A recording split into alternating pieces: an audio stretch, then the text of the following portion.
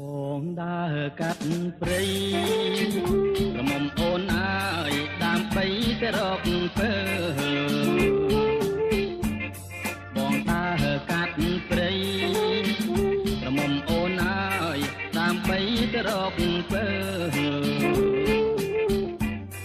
បងវងវែងផ្លូវក្រមុំអូនអើយផ្ទះពើនៅឆ្ងាយពេកបងវងវែងផ្លូវក្រមុំអូនអើយផ្ទះពើនៅឆ្ងាយពេករកផ្លូវឃើញហើយក្រមុំអូនអើយបែរចំកាជេក